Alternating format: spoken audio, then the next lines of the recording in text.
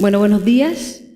Vamos a dar inicio a la mesa denominada Territorios y Memorias, la vinculación por la comunidad, la que busca reflexionar y compartir experiencias e iniciativas creativas e innovadoras en museos u otros espacios patrimoniales que apuntarían a mejorar las prácticas educativas y la relación con las comunidades, los territorios y sus memorias.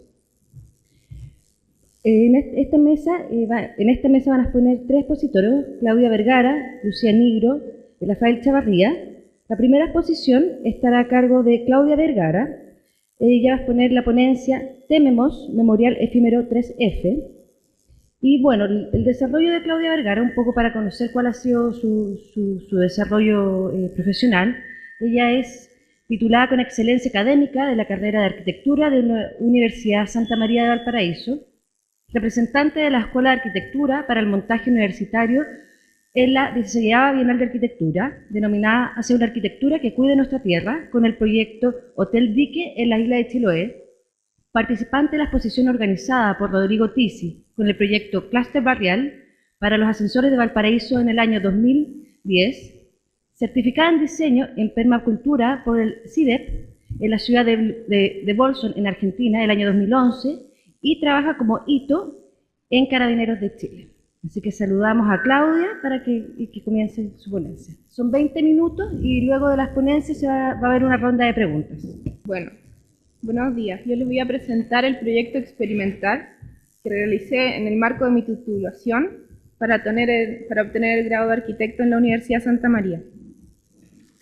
El proyecto se llama Témenos, un memorial efímero, que es del 3 de febrero. Bueno, este proyecto propone generar un quiebre en la experiencia cotidiana del espacio público por medio de una instalación urbana. Dicha instalación propone la construcción de un espacio museográfico dentro de un territorio patrimonial para explorar así nuevos escenarios de inclusión social en los que pueda crearse una pedagogía de la memoria. Este proyecto nace desde la motivación personal de observar que hoy en día se presenta una acelerada dinámica de la sociedad contemporánea que se manifiesta en los fenómenos urbanos, dando lugar a una vida saturada de estímulos, la cual enfoca su mirada al tiempo futuro por sobre el presente. Consecuentemente, al ciudadano le es fácil sumergirse en un olvido. Se trata de un olvido que pone en peligro la identidad tanto de la ciudad como de sus habitantes. Entonces, el presente trabajo propone, por lo tanto, observar el espacio público por el que transita cotidianamente dicho individuo, desde el potencial pedagógico que alberga la experiencia inmediata de la ciudad. Bueno, el témenos es una palabra que deriva del verbo griego tepno, que significa cortar. El término en plural fue explicado por las culturas clásicas mediterráneas para nombrar el espacio sagrado, separándolo del cotidiano. El propósito de construcción de dicho espacio es el de generar en el individuo que lo presencia un momento de introspección, retrospección y comunión, donde se dé así la posibilidad de una experiencia de una divinidad intangible. Bueno, imitando el concepto del espacio sagrado de los griegos, el proyecto propone la construcción de un espacio que se pueda considerar como sagrado dentro del espacio cotidiano de la ciudad, generando un quiebre en el ritmo acelerado para generar un espacio para la reflexión. Esta reflexión pretende ser en torno a la memoria de la ciudad. Esto quiere decir, en un espacio en el que el habitante pueda detenerse un momento para contemplar su misma ciudad con otra mirada, una que rescate el pasado cercano de esta, el cual ha ido quedando de lado y del cual el ciudadano se ha ido olvidando rápidamente. Para hablar un poco de ciudad y pedagogía de la memoria, cito a un arquitecto argentino que habla que la ciudad está hecha de espacio y tiempo, es decir, de memoria, material e inmaterial, visible y latente. La ciudad está hecha de lugares y el lugar es el sitio donde algo tiene lugar, el sitio donde el acontecimiento adviene y el lugar es posible. Y la memoria es justamente eso, un encuentro determinado y complejo entre espacio y tiempo. De este modo, entender la ciudad tal como un ser vivo, uno entiende que se encuentra en una constante transformación y cambio, poblada con fantasmas de vidas pasadas. Entender que la ciudad también tiene una memoria, la cual emerge al ser recorrida con una visión más contemplativa, diferenciada del acelerado tránsito cotidiano. Aparecen así lugares que hacen entrar a un cuestionamiento, lugares actuales, lugares que fueron antes otros lugares, lugares que han dejado de ser lugares, lugares habitados y deshabitados, lugares compartidos y no compartidos, lugares del goce, del disfrute y lugares del dolor y el sufrimiento. Entonces, abordar la memoria del lugar implica referirse a recuerdos y olvidos, en los que entran en juego las emociones, pues se trata de la vida latente, en silencio, pero por cada uno de los rincones de la ciudad. Esta imagen es la imagen de la calle Serrano, como ha ido cambiando atrás desde el tiempo. Dentro del territorio de la ciudad existen muchos espacios donde han ocurrido tragedias, muchas veces cubiertas por el velo del olvido, las cuales han ocasionado severas transformaciones en las dinámicas barriales y de ciudad. Estos espacios poseen un poderoso significado simbólico. Y acá cito a Elizabeth Jelling, historiadora argentina, que afirma que los acontecimientos traumáticos van conllevando grietas en la capacidad narrativa, huecos en la memoria, que son la imposibilidad de dar sentido al acontecimiento pasado, la imposibilidad de incorporarlo narrativamente, coexistiendo con su presencia persistente y su manifestación en síntomas, lo que indica la presencia de lo traumático. En este nivel, el olvido no es ausencia o vacío, es la presencia de esa ausencia, representación de algo que estaba y ya no está. Es importante, por lo tanto, empezar a distinguir la presencia de dichas ausencias en la ciudad para que podamos reconocerlas como un verdadero servido que olvida y recuerda, y para que pueda ella crecer no solo a nivel espacial físico concreto, sino que espacial y emocional. Y bueno, es el Valparaíso que me gustaría hablar del puerto de tragedias e incendios. Bueno, Valparaíso es una ciudad que está marcada por innumerables tragedias que atraviesan su historia. Y estas tragedias son percibidas en todos los rincones de la ciudad, en los cuales es posible apreciar los múltiples espacios que denotan la presencia de un pasado ausente. Innumerables cementerios, insertos en los corazones de los cerros, una ex-cárcel, incontables sitios eriazos y fachadas sin interior. Valparaíso es una ciudad que está acostumbrada a la tragedia. En el transcurso de su historia ha sufrido los embates de la naturaleza, terremotos, inundaciones y temporales. Pero es el Valparaíso de los incendios el que ha marcado la ciudad con mayor constancia, sufriendo a lo largo de su historia múltiples incendios de distintas magnitudes, marcando así la identidad porteña con un constante palpitar de la catástrofe, del desaparecer y la destrucción. Ya este es el incendio que ocurrió en Rodelillo, teniendo el paisaje con esta mancha de alerta que está ocurriendo. El último más reciente, que fue el de la iglesia de San Francisco en el Cerro Barón.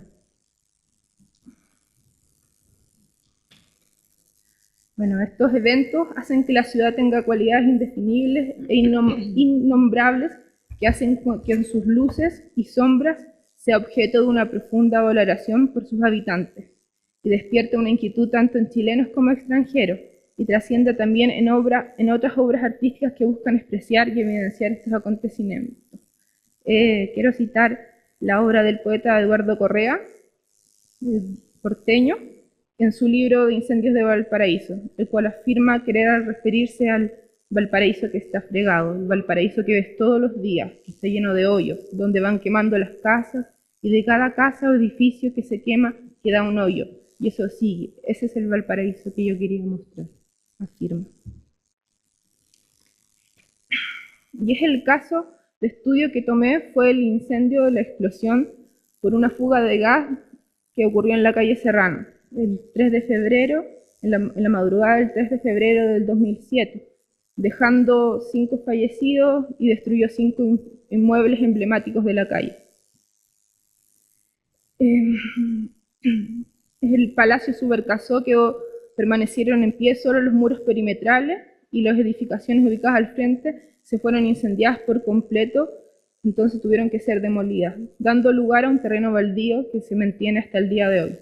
La catástrofe que ocasionó innumerables pérdidas en todos los niveles para los habitantes y trabajadores del sector, como para la ciudad de Valparaíso en general, provocó una transformación barrial muy fuerte, donde la fuerte activación comercial del sector murió, dando lugar a un territorio del deterioro y la ausencia. El vacío del sitio Eriazo y las ruinas evidencian violentamente la pérdida de una lugaridad, de un patrimonio tangible e intangible de la calle. Actualmente, los límites del terreno se convirtieron en soporte a la expresión del grafiti urbano, dando cuenta de un usuario que reconoce el lugar del deterioro y su cualidad de espacio residual. Y cabe destacar que la calle Serrano está ubicada en la zona típica de área histórica de Valparaíso y la zona sitio de patrimonio mundial. Y es también el barrio fundacional de Valparaíso, en el cual se manifiesta paradójicamente el deterioro de un escenario que se mantiene a la espera de ser actualizado. Resulta de suma relevancia destacar para el presente proyecto una gran animita que se encuentra a orillas del terreno, la cual resalta por sus velas encendidas permanentemente, dando cuenta de un ciudadano que construye memoria del lugar que habita. La animita denota este espacio sagrado, el témenos, donde el pasante se detiene un momento para dar espacio a la reflexión que antes mencionábamos. Reflexión que se presenta en cada sujeto de un modo muy particular, ya tenga un vínculo emocional con lo acontecido o ya sea un turista completamente ajeno a los sucesos, pero que a través de esta animita también es partícipe de la construcción de memoria de la ciudad que visita. Entonces se presenta el cuestionamiento: ¿qué pasa con este lugar que está a la espera? Entonces el proyecto propone generar una experiencia en esta mencionada zona cero como propuesta para la construcción de una pedagogía de la memoria. Se trata de una instalación urbana que invita al habitante dentro de su cotidianidad a involucrarse en un viaje sensorial a través de momentos de introspección y reflexión acerca de la tragedia. La experiencia tiene como propósito la inclusión de los transeúntes con la historia del espacio público que les pertenece. La instalación contempla mostrar una narración tanto oral como visual, que construya una memoria de ciudad en sus habitantes. El objetivo principal es generar una reflexión colectiva en torno a un acontecimiento particular y sus consecuencias dentro del barrio. Entonces se habla que la instalación urbana como espacio museográfico de presentación ofrece diversas maneras de uso y posibilidades de intervención para el público cotidiano, convirtiéndose en una herramienta pedagógica para impartir conocimiento y conciencia sobre la ciudad que se habita, y a la vez generar reflexión, asimilación y resiliencia sobre los acontecimientos trágicos y dolorosos. La instalación apela, por lo tanto, a la comprensión, la contemplación y la reivindicación de la tragedia. Se piensa la función absolutamente pedagógica que presenta el museo al buscar generar un valor experiencial en sus espectadores. Su foco de interés está volcado principalmente en la inclusión social de aquellos habitantes que permanecen al margen de la vida cultural en la ciudad y que por lo tanto están lejos de la posibilidad de la contemplación estética de sus propios acontecimientos. Entonces, el presente proyecto formula una serie de propuestas espaciales para la construcción de la instalación urbana como un memorial efímero. La primera propuesta que construye la memoria espacial es a través de un trazado que hace reaparecer el lugar a través de un trazado con tiza de la planta de arquitectura que existía de los negocios existentes previamente a la catástrofe, permitiendo al habitante recorrer la organización espacial de lo que fue mediante un recorrido construido por la transparencia. La segunda propuesta es la construcción de una modulación con torres monolíticas. El proyecto plantea el volumen como símbolo, en tanto remite a las prácticas ancestrales de conmemoración, el apilamiento de piedras del lugar y la construcción de hitos como testimonio y registro sobre el territorio y nuestro habitar en él. El lugar conmemorativo propone un quiebre dramático con el plano existente. Se propone un recorrido partiendo desde la animita presente en el lugar y con un camino que se demarca con velas, otorgándole un carácter de ritualidad al evento. Y bueno, cada torre son utilizadas para crear los momentos de detención. Son 3 torres monolitos que conmemoran en el presente 3 espacialidades temporales distintas. La primera torre, que es la torre del movimiento, toma el pasado como eco de esplendor de la calle Serrano, torre la cual desarrolla una apertura hacia el cielo, recordando la relación con lo muerto. En esta torre se toma el trole como elemento simbólico de una época de esplendor del Valparaíso antiguo. Se genera una proyección del video del interior del trole en movimiento recorriendo la ciudad. Esta proyección se genera en la lateralidad de la torre, haciendo sentir al espectador cuando entra que está dentro de un trolebús. Entonces se habla del tiempo, del pasado, del esplendor de la calle Serrano, se construye el espacio del movimiento a través del trole y está dirigido a un habitante que es el romántico, el contemplador. Ahí son unas imágenes de los frames del video que se mostraba. Luego la segunda torre, que es la torre de la información, que entiende el pasado desde el acontecimiento de la tragedia de la explosión, torre la cual se manifiesta como un volumen de quiebre, poseyendo en su interior audios con relatos de las personas afectadas de la calle, las cuales recuerdan el momento del incendio y cuentan el modo en que esto les ha afectado su actividad comercial y habitacional, y cómo luego de esto se ha desvalorizado el barrio, y se complementa con una luz roja que genera la alerta y la ambientación del incendio. Entonces se evoca el tiempo pasado de la explosión, se construye el espacio de la información y el recuerdo, y está dirigido a un habitante que está informado o desinformado. Bueno, ahí hay unos extractos de lo que decían Carlos Audi. Diseño técnico que tenía el proyecto y la imagen objetivo. Luego la experiencia se realizó durante 2 días. El primer día fue el montaje, que se realizó con andamios y mallas raster porque era lo más económico que se podía realizar. Y en el primer día sí se veía. Luego en el segundo día se hizo la instalación eléctrica, la integración de los elementos correspondientes a las torres, las pizarras, las velas, y se realizó el trazado. Ya, casi. Ahí está en marcha el proyecto. Los audios también. Y bueno, luego de que se realizó el proyecto, yo quise ver cómo había sido la interacción del habitante con el evento, porque el evento duró 3 horas y durante 1 hora hicimos un conteo para ver cómo el habitante se interactuaba. Y bueno, del 80% pasaron nomás. El otro 11% que se quedó en el borde de la calle observando, y un 18% que entró al proyecto y lo experimentó desde otra forma. Los tipos de usuarios que incursionaron en el proyecto, bueno, la calle Serrano está cerca de la Plaza Chaurren, así que la Plaza Chaurren está llena un poco de borrachos y vagabundos.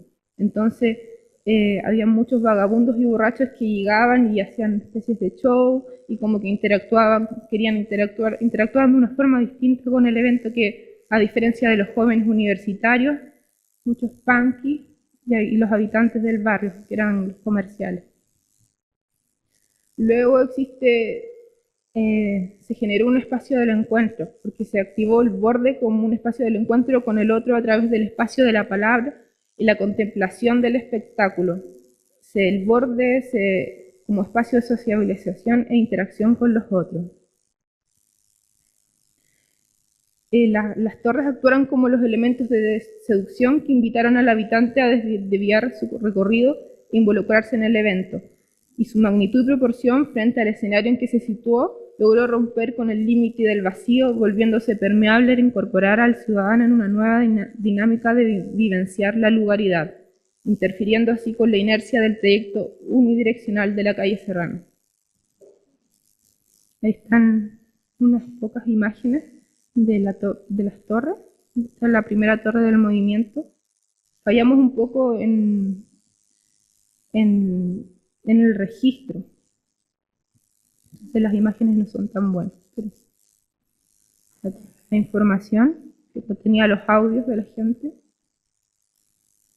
y poemas colgando que hablaban de la memoria pasada.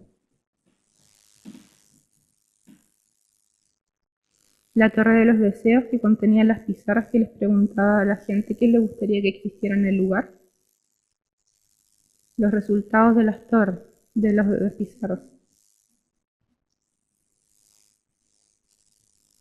Y bueno, de todos los rayados que habían, la idea era que existieran como que la gente se cuestionara acerca de un programa arquitectónico que podría llegar a tener este lugar. Pero existieron muchos, como pasaron distintas personas, había gente que contaban anécdotas o cosas sin sentido, otros que escribían sus ideales, pero todos concordaban en que lo que querían era más arte. Y bueno, ahí hay algunos programas que proponían plazas, museos, teatro, la CUN, un Unimar. Ya. Bueno, como conclusión, Temenos logró su objetivo de generar un quiebre en la cotidianidad del habitante, haciendo reaparecer un espacio de la memoria desde la creación de un espacio museográfico. Temenos generó una ruptura en la unidireccionalidad del desplazamiento del peatón y transformó su recorrido habitual, generando una detención. Apareció el vacío urbano ya no como algo cotidiano, sino como una alerta. El evento fue una luz que lo apunta, que lo denunció. El evento conmemoró un pasado, pero también inauguró un nuevo siglo, un nuevo comienzo, ya que ahora en el Palacio Supercaso van a instalar el nuevo edificio del MIMBU. Se reactivó el imaginario urbano de un barrio, se inventó un nuevo espacio abierto a la imaginación. Entonces, la posibilidad, el Temenos como un memorial efímero, el Temenos como un dispositivo urbano cultural que trabaja desde la emocionalidad, Temenos como una alarma territorial, el Temenos como un espacio museográfico urbano que trabaja en espacios públicos deteriorados. Y luego entra el cuestionamiento: ¿qué hubiera pasado si hubiéramos tenido más presupuesto, mayor tecnología a la mano y el proyecto hubiera tenido una mayor interactividad? Las torres, por ejemplo, la torre del movimiento podría haberse pensado desde 3 niveles, mostrando no solo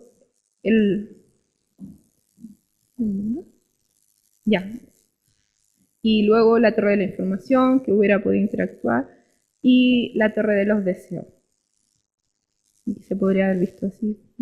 Y lo último era citar un fragmento: los que tienen memoria son capaces de vivir en el frágil tiempo presente, y los que no la tienen no viven en ninguna parte. Nostalgia de la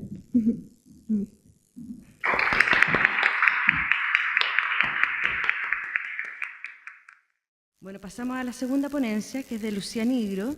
Se denomina Uruguay Trabaja y Girasoles, dos propuestas de escuela-taller, inclusión de nuevos públicos. Lucía Nigro es uruguaya, es tallerista de expresión plástica y maestra de educación primaria y preescolar, diplomada en gestión cultural por la Universidad Católica de Córdoba. Cursó el ciclo básico de la Facultad de Ciencias Sociales en la Universidad de la República y actualmente cursa la licenciatura en Ciencias Antropológicas en la Facultad de Humanidades y Ciencias de la Educación de la Universidad de la República. Fue docente del Departamento Educativo del Museo Torres García, donde desarrolló propuestas de talleres expresivos para niños vinculados a la obra del artista. Se ha desempeñado como maestra coordinadora pedagógica en CAIF Hogar La Huella y se especializó en primera infancia y en el trabajo con familias. Ha desarrollado propuestas de talleres de expresión plástica con niños en situación de calle y con grupos adultos afrodescendientes. También ha participado en diferentes proyectos socioeducativos de ONG con niños en situación de vulnerabilidad social. Se ha desempeñado en actividades vinculadas con la producción de eventos, museos de noche y también en la Bienal de Arte del Mercosur. Actualmente tiene a su cargo la coordinación del área educativa del Museo de Arte Precolombino e Indígena MAPI, en donde junto con un equipo multidisciplinario desarrolla propuestas de talleres y actividades vinculadas a la temática del museo y a la inclusión de nuevos públicos, desplegando proyectos que promueven el acceso al museo de grupos en situación de vulnerabilidad social con escasa o poca accesibilidad. Cursa en modalidad a distancia el programa Museo y Educación de la Facultad de Filosofía y Humanidades de la Universidad Nacional de Córdoba. Es corresponsable del taller Expresión Plástica Limonada, en convenio con la ONG El Abrojo. Le damos el paso a Lucía, pero antes recordarles que hay dos chicos que están pasando papeles para las preguntas, así que si ustedes pueden completar la hojita y levantan la mano y ellos pueden pasar a buscar las preguntas. Son 20 minutos. Vengo desde Montevideo, Uruguay, representando al Museo MAPI de Arte Precolombino e Indígena, que en esta ocasión pretende presentar uno de sus proyectos que se está desarrollando actualmente, desde el año 2011, y que tiene que ver básicamente con una metodología de la escuela taller y de cómo eso ha propiciado y ha facilitado la integración de nuevos públicos que antes no visitaban el museo. Un poco para contextualizarlos en la historia, el Museo MAPI funciona desde el año 2004, el año que viene cumple los 10 años, se dedica a la difusión de las culturas indígenas, pasadas y presentes, y funciona mucho como un puente entre la producción académica y amplios sectores de la sociedad, acercando investigaciones en lo que refiere a la temática indígena, sobre todo en nuestro territorio, en la Cuenca del Plata y también del resto de América. A partir del año 2011, el museo tiene un nuevo director que decide implementar nuevas propuestas y decide dedicarle también al área educativa del museo una energía muy particular, ya que básicamente es desde donde llegan más visitantes. Este año tenemos aproximadamente unos 25.000 visitantes, que en la escala uruguaya es muchísimo. Entonces, bueno, desde ahí la nueva gestión decide impulsar esta propuesta. Los programas que voy a presentar y que hacen a este proyecto de escuela-taller son programas que tienen que ver con capacitación laboral a una determinada población preestablecida, que básicamente está en situación de vulnerabilidad social por distintos temas, ya sea por pobreza, por marginación, por edades que les impiden acceder a una fuente laboral formal, por falta de capacitación, por vivir en calle, y son convenios que se establecen con el Estado, ¿sí? O sea, el Museo MAPI convenia con el Estado y con distintos organismos de este tipo de proyectos a desarrollarse, y tienen que ver con que el edificio del museo es un edificio declarado patrimonial en grado 4, que es el máximo cuidado que se le da a los edificios en el Uruguay. Entonces eso significa que no se pueden hacer básicamente ninguna alteración así muy grande, y como a su vez sus instalaciones estuvieron abandonadas durante mucho tiempo, es necesario empezar a restaurarlas y habilitarlas para nuevas propuestas. Algo importante es que a los participantes que se anotan en este tipo de programas, se les paga un sueldo, ¿no? O sea, es una participación que implica, por un lado, una capacitación, una tarea. En concreto, la que ofreció el museo fue la capacitación en técnicas de restauración de edificios patrimoniales, pero a cambio de aprender y de la tarea que ellos hacen en pro del museo y de la comunidad, el Estado, en estos convenios, establece el pago de un sueldo, y también a su vez se les brindan ciertos talleres de capacitación en habilidades laborales, en estudios, en informática. Los dos convenios que venimos desarrollando son con el programa Girasoles, que depende de la Intendencia de Montevideo, que trabaja con jóvenes, con adolescentes, que están desvinculados del sistema educativo formal, y que la idea es que a partir de esto también retomen esa vinculación. Y Uruguay Trabaja, que depende del Ministerio de Desarrollo Social, que está recientemente creado con la presidencia del doctor Tabaré Vázquez, que trabaja con adultos, y bueno, es una cantidad mayor, son 35 adultos.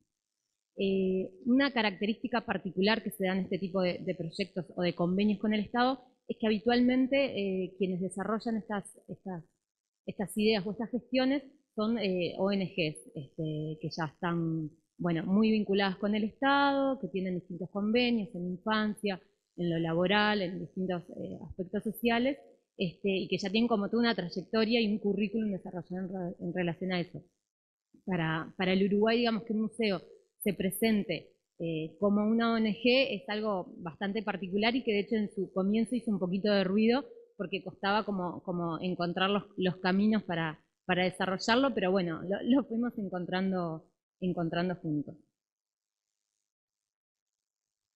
Yo acá ponía 2 experiencias, una sola apropiación, porque si bien son 2 programas que en lo formal o en lo administrativo tienen características muy distintas, para nosotros en la interna del museo se desarrollaron como muy igualitariamente.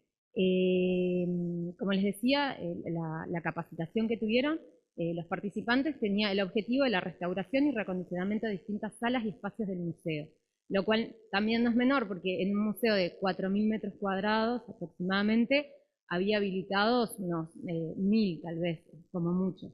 Entonces toda esta participación de los adultos y de los jóvenes ayudó a que el museo restaurara varias salas y con eso pudiera ampliar la propuesta de exposiciones y otro montón de actividades. Dentro de las tareas que hacían los participantes, quisimos destacar 3, que tiene que ver una con la capacitación que tuvieron con especialistas del museo e invitados. Las capacitaciones tenían que ver con técnicas de restauración y también con involucrarlos con otras actividades del museo. Pero, por ejemplo, para todo el tema de la restauración de los azulejos de Calais y de las molduras, se convocó a una especialista, que es Cristina Lancelotti, que trabaja a nivel internacional y que, bueno, por un vínculo más informal que había del museo con ella, se la convocó para que viniera a dar una charla que fue abierta para todo público, pero que a su vez tenía como público objetivo fuertemente los participantes del programa Uruguay Trabaja. Eso hizo que los participantes de Uruguay Trabaja participaran de una conferencia con gente especialista en el tema, arquitectos, restauradores, diseñadores, etcétera, y bueno, ya eso empezó como a colocarlos a ellos en otro lugar, pasando de ser participantes de un programa social a ser personas que se estaban capacitando en una temática muy particular y en la que en el Uruguay básicamente no existe ninguna capacitación o institución a nivel formal, sino que es más por voluntad o gusto de las personas. En esto también se convocó al arquitecto Sergio Peláez para la restauración de molduras y ornamentos arquitectónicos, que aparte él había estado vinculado a la primera etapa de restauración del museo en el año 2000, entonces también era como volverlo a invitar, hacerlo partícipe de estos proyectos, y que él nos transmitía que para él era súper importante, porque es una persona mayor, que ya está en plan de retirarse, y que no tenía como a quién también volcar todo su conocimiento. Entonces nos transmitía también lo bueno que era para él poder capacitar un montón de gente joven que después pudiera salir al campo formal y desarrollar la tarea. Incluso iba con su hija a las capacitaciones, que iba registrando todo como una especie de diario que él también quería dejar. Después, otra instancia bien interesante fue la capacitación que tuvieron con la responsable de la conservación del museo, ¿no? Porque una de las tareas o de las obras que estos integrantes desarrollaban tenía que ver con la futura reserva térmica del museo, o sea, con generar un espacio determinadas características arquitectónicas para que sí funcione la reserva. Entonces, eso que en algún momento parecía solamente tirar paredes, poner determinadas puertas, empieza a cobrar un poco más de sentido cuando la conservadora les transmite también toda la importancia de las tareas que ellos estaban haciendo en relación a la conservación del patrimonio del museo y de todos, en el sentido de que somos un museo que contamos como con un préstamo, estamos cuidando en préstamo un montón de piezas arqueológicas, básicamente. Acá hay una de las imágenes de lo que fue todo el proceso de restauración. Eran azulejos que ahí abajo se ve, estaban pintados totalmente de celeste, y bueno, de a un azulejo por vez se los fue recuperando. Otras de las propuestas a las cuales participaron tienen que ver con los talleres educativos que desarrolla el museo con el público en general, sobre todo con los escolares y con los niños pequeños. Y así fue que hicieron un taller de textiles indígenas, el taller de música latinoamericana y una visita guiada por el museo. Esto también estaba bien interesante porque ellos convivían con estas actividades cotidianamente, o sea, la obra se desarrollaba en paralelo a que los grupos venían y hacían estas actividades, y para ellos eso tenía como un valor así muy importante, ¿no? El a veces ver que venían los grupos con sus hijos o con sus sobrinos, entonces también a ellos hacerlos partícipes de estas propuestas educativas a cargo del equipo del museo tenía como una valoración especial, como que se sentían muy, muy cuidados.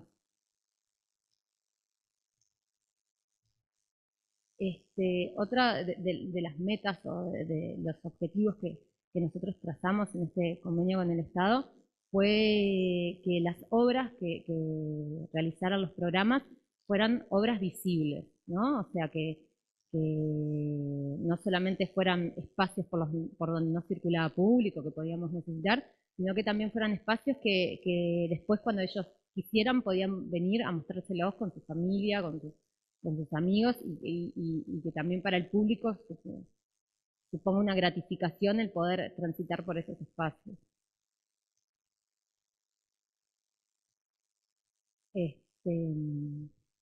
Hubo una de las obras particularmente que fue así como muy importante, que tuvo que ver con la restauración de una sala para las muestras temporarias, que se inauguró con una muestra que tenía que ver con la obra de Eduardo Galeano, un escritor uruguayo. Y fue una inauguración así como muy, muy grande.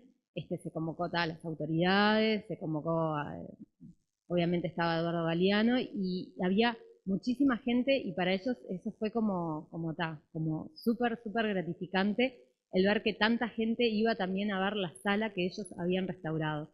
De hecho, además se los hizo partícipes de la organización de esa inauguración, y ahí podemos ver que incluso uno de ellos que vive ahí muy cerquita del museo asistió con la cuerda de tambores, como le decimos en Uruguay, que es una práctica así muy común y muy, muy popular, y se los invitó a que recorrían el museo tocando los tambores y tal, y fue así como súper bueno. Ahí podemos ver, por ejemplo, los educadores con los participantes, con sus hijos.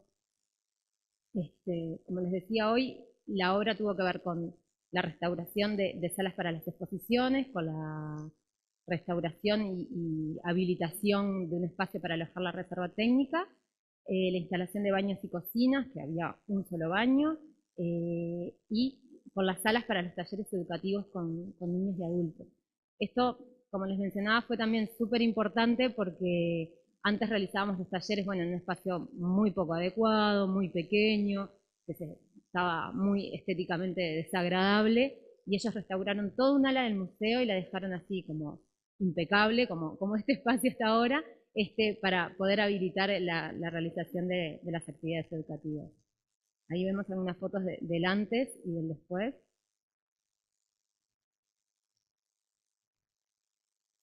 Todo esto implica también como que ellos empezaban a ser partícipes de un espacio, ¿no?, que habitualmente es considerado como sagrado, del cual no habían entrado, no lo conocían, si bien había personas que vivían muy cerca, y pudieron traspasar esa puerta y empezar a ser partícipes del museo y de la vida cotidiana de este. Lo cual también no fue algo que se dio casualmente, o sea, para nosotros fue muy importante establecer un vínculo educativo con los participantes, o sea, que vinieran al museo, que tuvieran la capacitación, que se podían ir con herramientas laborales mayores de las que tenían, así fue quedando el espacio, y a su vez también se les transmitió desde el primer día que desde el momento que pasaban la puerta pasaban a ser parte del equipo del museo, lo cual también implica colocarlos como trabajadores del museo y no solamente como beneficiarios de un programa social de acuerdo a las características de vulnerabilidad social que ellos tenían, ¿no? La estrategia fue facilitar, motivar, incluirlos y que lo percibieran empáticamente, o sea, que se sintieran parte pero desde un punto de vista empático, o sea, que nos sintieran como compañeros del museo, lo cual se daba en las conversaciones de pasillo, en salir a fumar cigarros juntos a veces, en saber los nombres, en esas cosas súper chiquitas y cotidianas. Somos un museo que trabajamos pocas personas, somos 10, entonces todo eso era muy, muy factible de realizarlo. Esto de restaurar espacios visibles, la idea de que todos hacemos el MAPI, fueron como así las dos grandes estrategias para facilitar la apropiación y la pertenencia. Hay una anécdota que siempre la hace el director y nosotros se la copiamos, que tiene que ver con una participante del programa que vive ahí en el barrio y que es vecina del director, y concurrían a la misma biblioteca barrial casualmente. Y la participante, Mariela, se presentó ante la directora de la biblioteca como trabajadora del museo. Le dijo, yo trabajo en el Museo MAPI, ¿no? Lo cual para nosotros es algo tal vez que pueda parecer no muy importante, pero en realidad justamente habla de la apropiación y del sentido de pertenencia que lograban alcanzar algunos de los participantes. Obviamente no fueron todos, pero bueno, sí algunos. La idea de la institución que recibe al público, ¿no? Un poco citando a Luz Meseira, es necesario fortalecer las intenciones de las instituciones sobre la participación social, o sea, cómo recibirla a esa participación social y también cómo la genero, ¿no? Qué cosas estoy haciendo yo y que los procesos sean más democráticos en el sentido de que no solamente sea la sociedad que reclama el participar, sino que también la institución reclame a la sociedad su participación.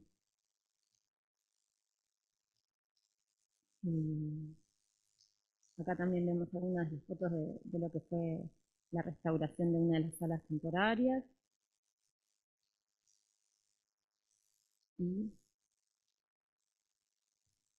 como para concluir, algo que para nosotros es como sumamente importante, es la idea de que el museo se convierta en un actor cultural relevante, ¿no? Que se adapte, que recupere públicos que antes no tenía, que aproveche y no despilfarre las oportunidades y que lo haga también como con perspectivas que sean innovadoras, ¿no? Esta experiencia de la escuela taller empezó con el programa Uruguay Trabaja, siguió con Girasoles, pero en realidad no estaba planificado. O sea, nosotros necesitamos habilitar los espacios, nos parecieron que este tipo de programas nos podían facilitar, que aparte traían consigo la inclusión de estos nuevos públicos que no conocían el museo, pero bueno, así terminó surgiendo la propuesta también de Girasoles, o sea, no había una planificación, sino que también la idea de podernos ir adaptando según las distintas posibilidades que nos brindan también estos proyectos o los distintos convenios con el Estado. No pararnos en el tiempo a seguir siempre con el mismo vínculo con el Estado, sino como también gestionando nuevos proyectos. Acá esta fue la inauguración de la reserva, el espacio de la reserva que va a alojar futuramente a la reserva tecnológica. Y como así, para concluir, una idea que surgió a partir del cierre de estos programas, ¿no? Porque duran unos 6 meses, otros 10 meses. En la última instancia surgió de parte de un compañero la idea de que se pudiera hacer con estos programas también una muestra del proceso que ellos mismos realizaron en el museo. Entonces, a fines de este año se va a realizar esa muestra del programa Girasoles, del programa Uruguay Trabaja, en donde los curadores van a ser los propios participantes, o sea, ellos van a decidir qué es lo que van a mostrar de sus procesos, tomar fotografías, seleccionar los textos juntos con el responsable de las muestras temporarias, y de alguna forma armar esto también que hablábamos hoy, del guión museográfico de esa muestra en particular entre todos, ¿no? Los elementos que nosotros veíamos como también que íbamos detectando de que se daba esta apropiación, así como yo comentaba la anécdota de Mariela, también se veía mucho en las redes sociales, en las visitas después que terminaba el proyecto originario, las visitas que hacían los participantes, ¿no? Al museo, así como casualmente pasé por acá y paso a saludarte, y también los reencuentros en el barrio, ¿no? Porque hay muchas personas que viven muy cerca del museo, entonces acá, por ejemplo, en el perfil de Facebook de los jóvenes, vemos que dice, estudió en MAPI Museo, trabaja en MAPI Museo, las tortas que supieron cocinar, y también los comentarios, ¿no? Ahí justo está Mariela también comentando el gran recuerdo que le trae todo ese proceso cuando lo ven transcurrir con otros nuevos participantes.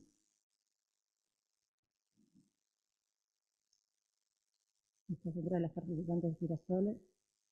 Y bueno, y como cierre eso, la idea de que para el museo fue súper gratificante haber sido parte de estos programas y en realidad creemos que todos los que estuvieron involucrados tuvieron sus éxitos y de parte del museo están como los espacios restaurados, pero también la idea de esta gente que antes era lejana y que ahora es parte de la casa y un público más del museo.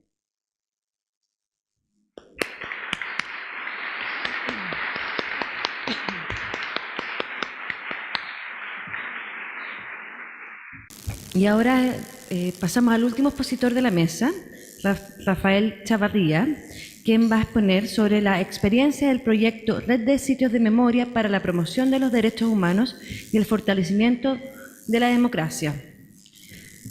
Bueno, Rafael Chavarría es gestor cultural, profesor de Historia y Geografía de la Universidad de Santiago de Chile, magíster en Gestión Cultural de la Universidad de Chile. Actualmente es académico y coordinador para la licenciatura en Historia, Convención en Gestión y Administración Sociocultural del Departamento de Historia y asesor en temas de programación cultural para la Vicerrectoría de Vinculación con el Medio en la Universidad de Santiago de Chile.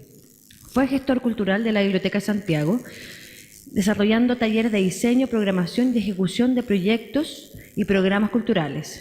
También ha reeditado el libro Tiempos de Dolor, Tiempos de Esperanza, los Derechos Humanos en la Universidad Técnica y la USACH, 1973-1990. Ha sido gestor de una serie de proyectos y programas culturales ligados a los derechos humanos, las artes escénicas, la fotografía y las artes visuales. Es responsable por parte de la Universidad de Santiago del proyecto Red de Sitios de Memoria para la Promoción de los Derechos Humanos y el Fortalecimiento de la Democracia, financiado por fondos de la Unión Europea y realizado en conjunto con la Corporación Parque por la Paz Villa Grimaldi y la Fundación Patrimonio Nuestro. Y, por último, es miembro del equipo de gestión del Festival de Cine Documental de Chiloé. Ahora podemos dar comienzo a la ponencia. Gracias. Buenas tardes a todas y a todos. Buenos días, perdón, a todas y a todos.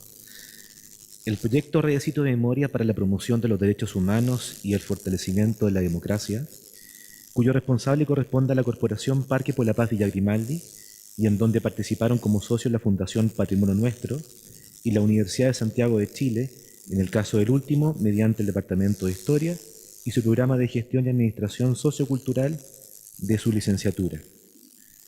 En este marco, se dará a conocer la experiencia realizada a partir del papel realizado por dicho departamento, que contó con el apoyo económico de la Unión Europea y su programa para la democracia y los derechos humanos, con acciones conjuntas realizadas en las ciudades de Santiago, Valdivia y Punta Arenas.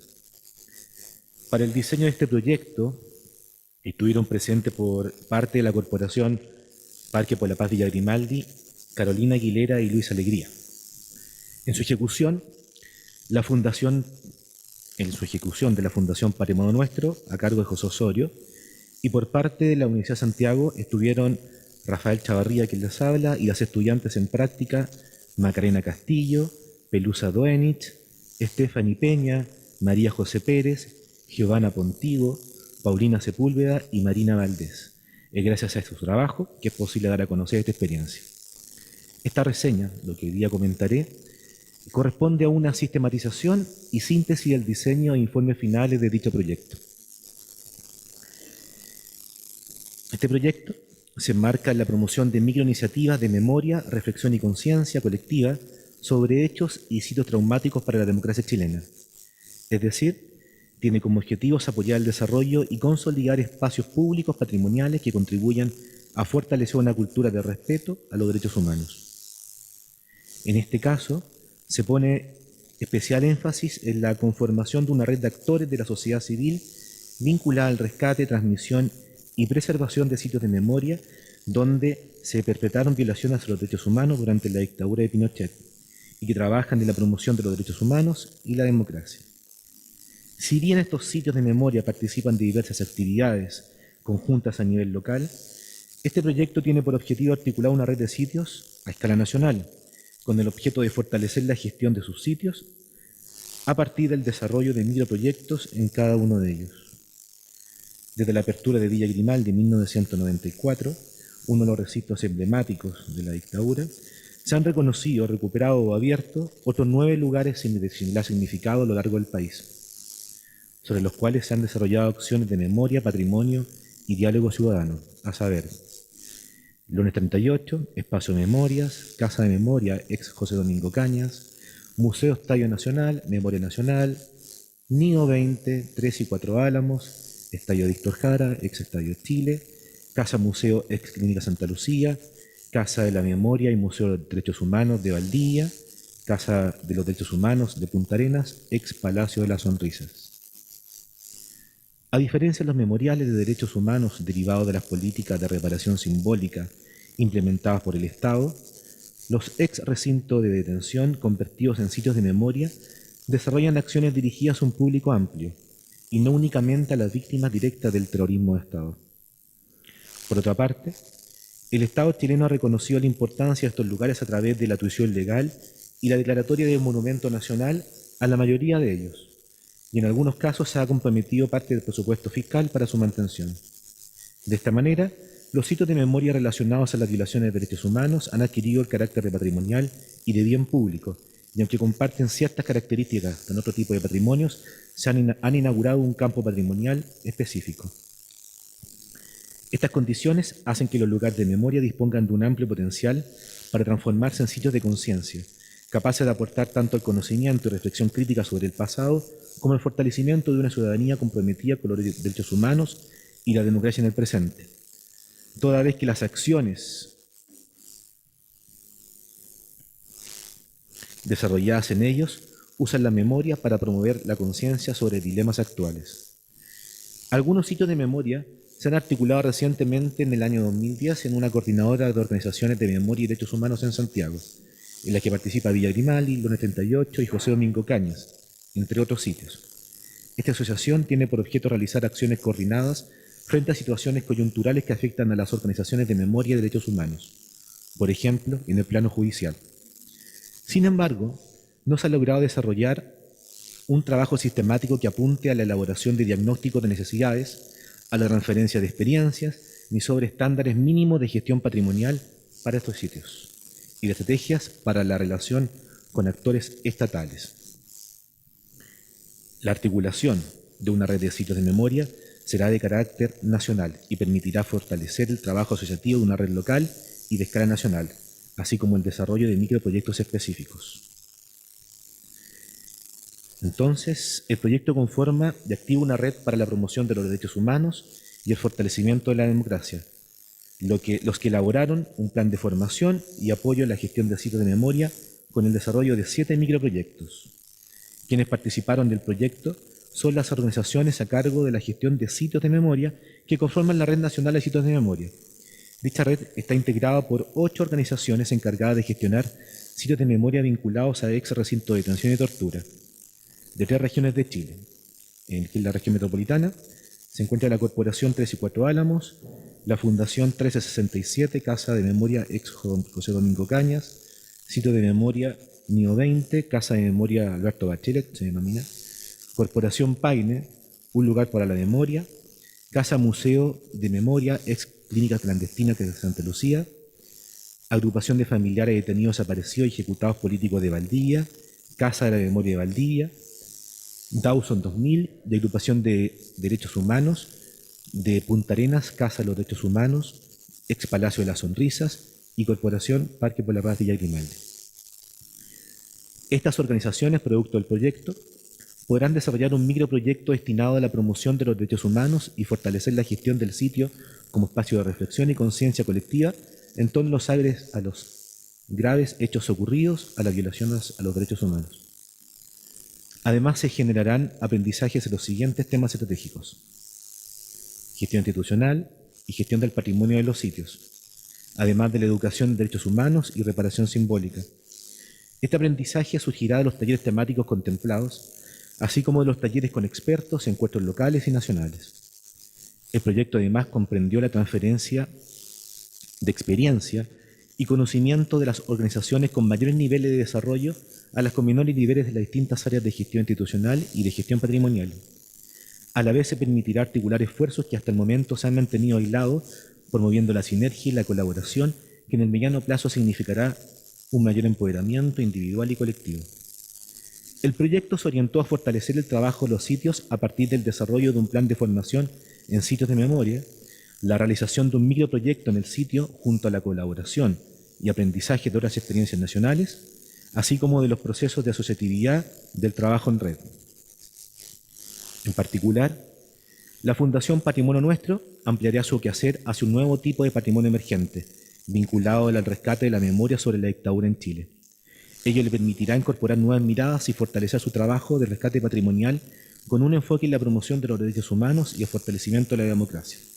Por otra parte, la Universidad de Santiago, mediante su licenciatura en Historia, Convenciones de Gestión y Administración Sociocultural, mejorará su gestión a partir de la apertura de nuevas posibilidades para que sus alumnos realicen prácticas y pasantías profesionales en un ámbito que permite fortalecer su misión institucional, participando en el diagnóstico de sitios y sistematización histórica, apoyando el diseño propuesto de agenda de talleres, intervención e intervención, tanto en gestión cultural como patrimonial, edición de contenidos para soporte de difusión y apoyo al desarrollo de los microproyectos.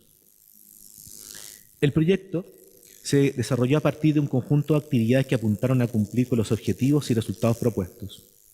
En una primera etapa, se realizó un encuentro de las organizaciones convocadas a participar de la red, aquí en este mismo lugar, en un museo, no en esta sala. Luego se realizaron 4 talleres en gestión patrimonial y comunitaria, de carácter intensivo, en torno a las siguientes temáticas clave para la gestión de los sitios.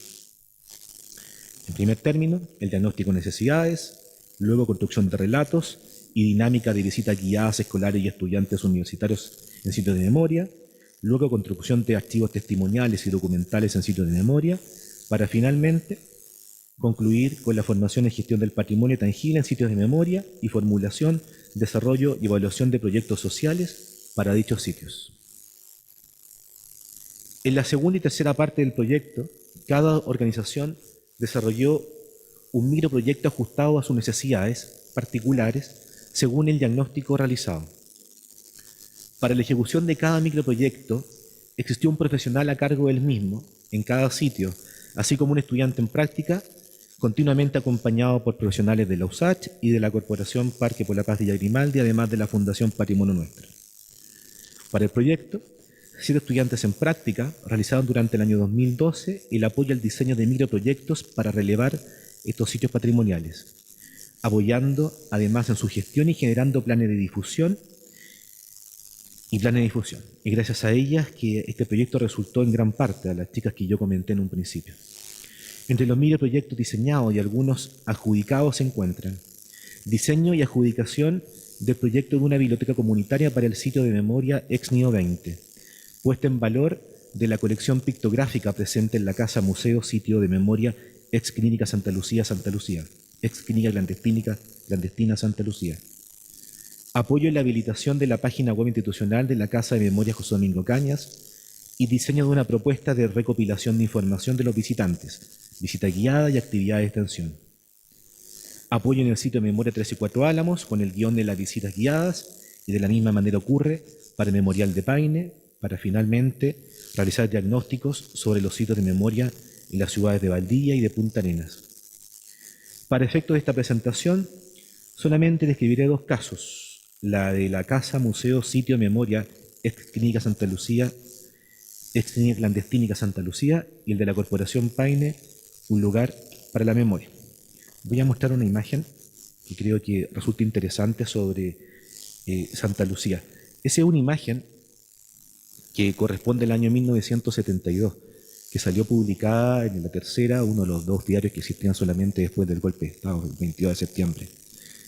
La Ex Clínica Santa Lucía es un lugar bastante interesante porque en ese minuto están los militares tirando los libros. Fue una acción que se realizó en conjunto en todo el sector céntrico de Santiago y corresponde en ese minuto, la clínica era la sede del MAPO, ¿ya? Uno de los partidos principales de la Unión Popular. Después de que fue la sede del MAPO esa clínica, funcionó como una sede clandestina de sitio de tortura. O sea, e incluso también fue la oficina de algunos personajes emblemáticos durante la dictadura. O sea, del famoso Guatón Romo tenía su oficina en el 3er piso de esta clínica. Ahí está en la actualidad. Hoy funciona esta clínica como un sitio de memoria, como casa museo y también como sede de la Comisión Chilena de Derechos Humanos. Bueno, voy a comentar brevemente el caso de la Ex Clínica Santa Lucía. El lugar donde se diseñó el proyecto corresponde a la Casa Museo Ex Clínica Clandestina Santa Lucía, ubicada en Santa Lucía 162, justo al frente del cerro, en la comuna de Santiago. Este edificio durante la dictadura estaba destinado a la atención de los funcionarios de la DINA y a sus familiares. No obstante, su principal función era la de recuperación de los presos políticos que se encontraban heridos y con riesgo de muerte tras su detención y o tortura, además de ser un centro de interrogación. Es preciso especificar que actualmente en el edificio de Santa Lucía número 162 convergen 3 ámbitos que le otorgan una gran riqueza al espacio, así como a la organización. Estos 3 ámbitos son el sitio de memoria, la casa museo y la Comisión Chilena de los Derechos Humanos, los cuales se potencian y le entregan una característica particular al espacio, tanto histórica como cultural, siendo un aporte a la recuperación y la revalorización de la memoria histórica de Chile en relación a la lucha por los derechos humanos y a los actos discriminatorios vividos en nuestro país en décadas pasadas, así también como en la actualidad. Al interior de la Casa Museo se encuentra una colección pictográfica que resguarda 30 pinturas, 7 dibujos y 5 collages, además de 4 grabados, los cuales tienen como tema central la violación de los derechos humanos en la dictadura. Las obras pertenecen a destacados artistas nacionales como Rosel Bru, Nemesio Antunes, Gracia Barros, Carlos Maturana, Bororo, Patricia Radel, José Balmes, entre otros. Actualmente, algunas de estas obras se encuentran expuestas en el segundo, cuarto y quinto piso. No obstante, no hay una disposición de acuerdo a los lineamientos establecidos por la museografía, donde las obras no presentan una ficha técnica detallada que permita al visitante interiorizarse más en el significado y contexto en el que se crearon. A su vez, tampoco hay un orden temático, ni por corriente artística, por lo cual no permite resaltar la muestra pictográfica y tampoco atraer el interés del público. La muestra está articulada principalmente más con un sentido de decoración que con una visión museográfica, lo cual genera que cuando un visitante recorre el edificio no establece una conexión con las obras, pasando muchas veces estas desapercibidas. Asimismo, en la Casa Museo no hay antecedentes claros y fidedignos sobre la formación de la colección pictográfica, específicamente referente al contexto y condiciones en el que se llegaron a esta obra. Por consiguiente, ninguna de las obras posee la donación legal por parte de los artistas, aspecto que dificulta la realización de proyectos en torno a la colección, así como de la posesión legal por parte de la Comisión Chilena de Derechos Humanos. Otro aspecto a considerar de la situación actual de la colección pictográfica es que las obras han sido restauradas solo una vez, esto fue el año 2010. Sin embargo, las personas de la organización no tienen conocimientos técnicos sobre la conservación de las obras, por lo que en la actualidad es posible apreciar un incipiente deterioro.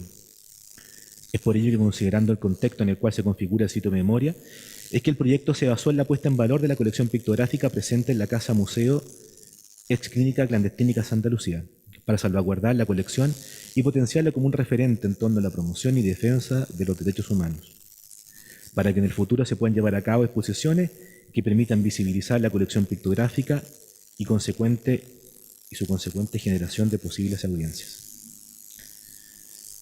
La colección se presenta como parte del patrimonio. Es por ello la importancia de que la ciudadanía pueda conocerla y apreciarla, donde estudiantes, pasando por personas ligadas al arte, hasta vecinos, tengan la posibilidad de conocer a través de las pinturas una mirada a partir de los propios artistas que experimentaron la violación de los derechos humanos, conectándose a su vez con la historia del sitio. La realización de este proyecto fue fundamental para dar solución a la problemática en cuestión. En primer lugar, debido a que es relevante la promoción, respeto y defensa de los derechos humanos, y es por ello que la colección pictográfica se transforma en un testimonio material que permite el rescate de la memoria, debido a que dan cuenta de un contexto específico y trascendental en la historia de nuestro país. Considerando su relevancia histórica y patrimonial, se hace necesario que se tenga un conocimiento sobre estas obras artísticas específicas, de forma que a través de ellas puedan valorizarse nuestra memoria histórica. Entre los resultados del microproyecto están el de catalogar las obras pictográficas, realizar el saneamiento legal de las obras, de estas mismas obras, y el de contextualizar históricamente la colección pictográfica. Tengo otro caso que es bastante extenso, pero debido al horario que me están acá diciendo que no puedo seguir más, tenía el caso además de Paine, pero yo lo invito después a leer el texto, que va a salir publicado, que también habla sobre el caso de Paine, que si bien no es un sitio de memoria, es un memorial, pero resulta bastante interesante a propósito de la pedagogía de la memoria que se está realizando en dicha comuna. Eso, muchas gracias.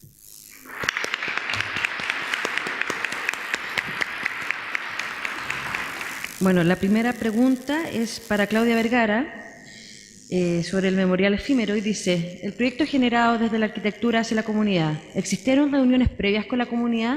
Si el proyecto interviene en la comunidad, ¿nace de un diálogo y necesidad comunitaria? ¿Se puede fortalecer la intervención desde otras perspectivas como las ciencias sociales?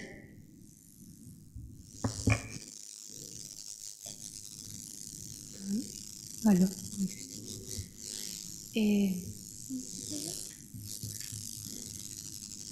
Si existieron reuniones previas con la comunidad. Bueno, yo entrevisté a primero los afectados de la tragedia, hablé con ellos, con todos los que estaban en los sitios que ya, en el sitio Boldío y en el Palacio Subercaso.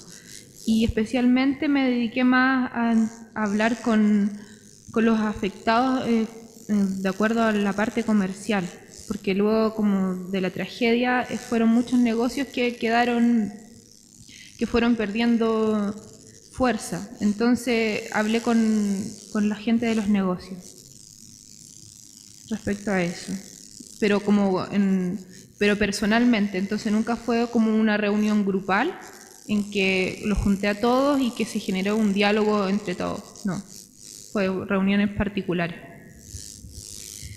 Y respecto a la pregunta si nace de un diálogo y una necesidad comunitaria, en verdad nace desde una anécdota bien personal que siempre pasaba por ahí, y bueno, me daba cuenta que siempre pasaban personas y encendían velas a la animita. Y puede que no sea desde el diálogo y de la necesidad de la comunidad, pero nace desde muchos turistas, que una vez escuché a un turista que hablaba acerca, bueno, ¿qué será este lugar? ¿Será un estacionamiento?, decía.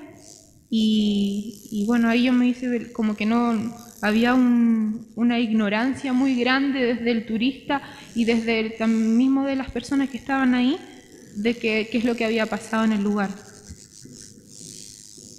Y la pregunta si es que se puede fortalecer la intervención desde otras perspectivas como las ciencias sociales.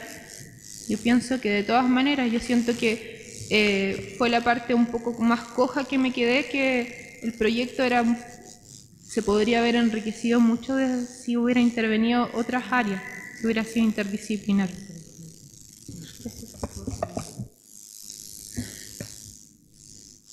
Bueno, gracias, Claudia. La siguiente pregunta es para Rafael y dice: ¿sabes si hay siquiera un trabajo museográfico o una obra monolito que recuerde los hornos de Lonquén?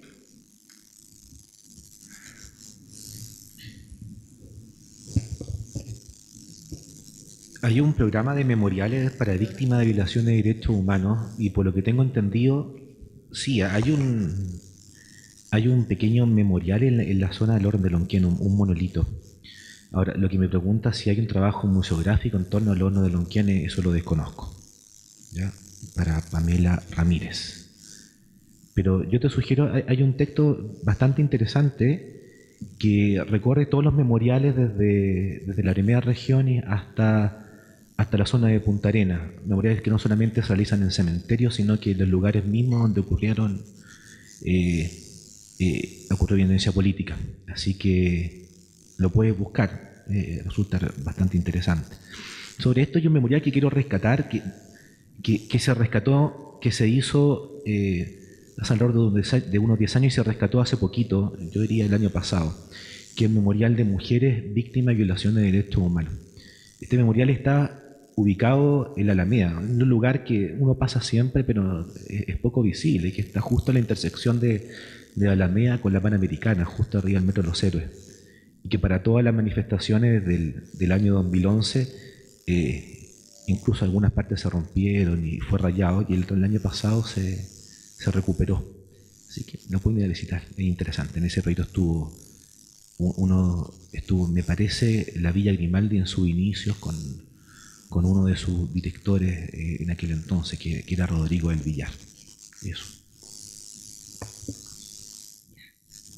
Bueno, para Lucía Nigro hay 4 preguntas, pero ella va a abstraer las 4 preguntas y hacer Va a ser una buena resumen de ellas. La primera, ¿hay algún plan de réplicas del programa Girasoles Uruguay? ¿Trabaja en otro espacio del Museo MAPI o en otro ámbito? ¿Otro museo, espacio similar? ¿Algún espacio del MIDES, que es el Ministerio de Desarrollo Social? ¿Cómo fortalecer la propuesta escuela-taller para que no quede solo en torno a la recuperación de un espacio específico, sino que los ya capacitados puedan seguir desarrollándose en otros proyectos? ¿Será una red de espacios a recuperar un buen soporte para la continuidad de estos trabajadores? ¿Cuáles fueron los organismos que financiaron el proyecto y cómo se coordinaron para desarrollar la iniciativa? ¿Existen otros proyectos similares en ejecución? Y por último, ¿dónde están hoy los participantes de las acciones en el museo? ¿La experiencia les creó oportunidades de trabajo y cambio social y económico? Eso. En cuanto a la posibilidad de replicar el programa, los distintos programas fueron trabajando en distintos espacios del museo.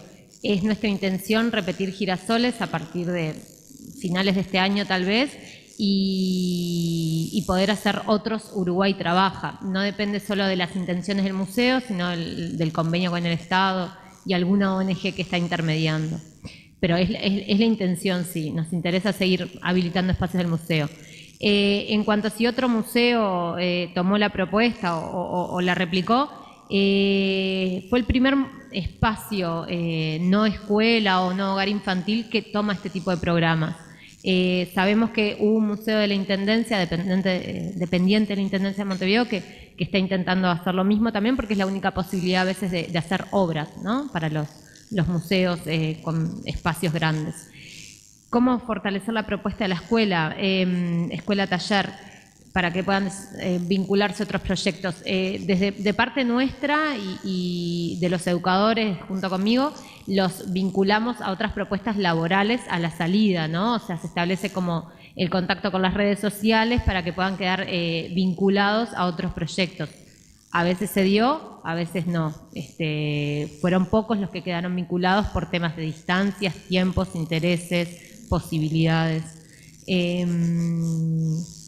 Después, en cuanto a la financiación básicamente se da desde el Estado o desde la Intendencia de Montevideo o desde uno de los ministerios que es enfocado a la parte social, Ministerio de Desarrollo Social, el MIDES. Igualmente hay una contrapartida de que el museo tiene que poner los materiales. El Estado paga los sueldos, los educadores, cuestiones que tienen que ver con uniformes, seguridad, etcétera, etcétera, y el museo debe habilitar el pago de los materiales en concreto para la restauración, que aparte eran súper específicos algunos. Entonces, bueno, ahí el museo fue buscando la forma de irlo costeando. En algunos casos se pudo completar toda la obra y en otros, por falta de presupuestos, no se pudo completar. En cuanto a la actual, ¿en dónde están hoy los participantes? Es bien interesante, si les creó oportunidad de trabajo. En algunos casos sí. Nosotros al cierre de cada programa hacemos un mini brindis y especialmente invitamos a los empresarios vinculados a la parte de restauración y de arquitectura. Tiramos todas nuestras redes para que asistan a ese evento. Invitamos también a uno de los miembros de la Fundación MAPI, que es un arquitecto muy reconocido y que entonces está muy metido en el ambiente, como un poco para tentar, ya que en lo que tiene que ver con los trabajadores de la construcción, no existe capacitación en el área de restauración. Y en el barrio Ciudad Vieja, que es donde está emplazado el museo, hay muchas obras de restauración y no tienen personal calificado. Entonces, bueno, hemos tirado algunos puentes y en algunos nos ha ido bien y en otros a veces no tanto. De hecho, el arquitecto que yo mencionaba que les dio la capacitación en restauración de molduras, captó a algunos de los jóvenes y supuestamente se los va a llevar a trabajar con él en breve en una obra muy grande que va a empezar. Este tipo de programas no generan un cambio económico en las participantes. Eso es algo así duro y real, ¿no? Lo que generan es un cambio en cuanto a su capacitación, salen con mayores habilidades en cuanto a la técnica de restauración y en cuanto al proceso grupal de participación y de contención que se da en esa experiencia, ¿no? En algunos casos es la primera experiencia de trabajo formal, entonces, bueno, hay que educar también sobre ello y en cuanto a qué se van con ese capital. No mejora su situación económica porque los sueldos son muy bajos, durante ese tiempo sí la sostienen de otra forma, pero no hay un cambio en cuanto a su capital económico grande, no tampoco podemos estar diciendo cosas que no son. Bueno, queremos agradecer la participación de Rafael, Claudia y Lucía y los invitamos para más tarde a lo siguiente. Muchas gracias. Bueno.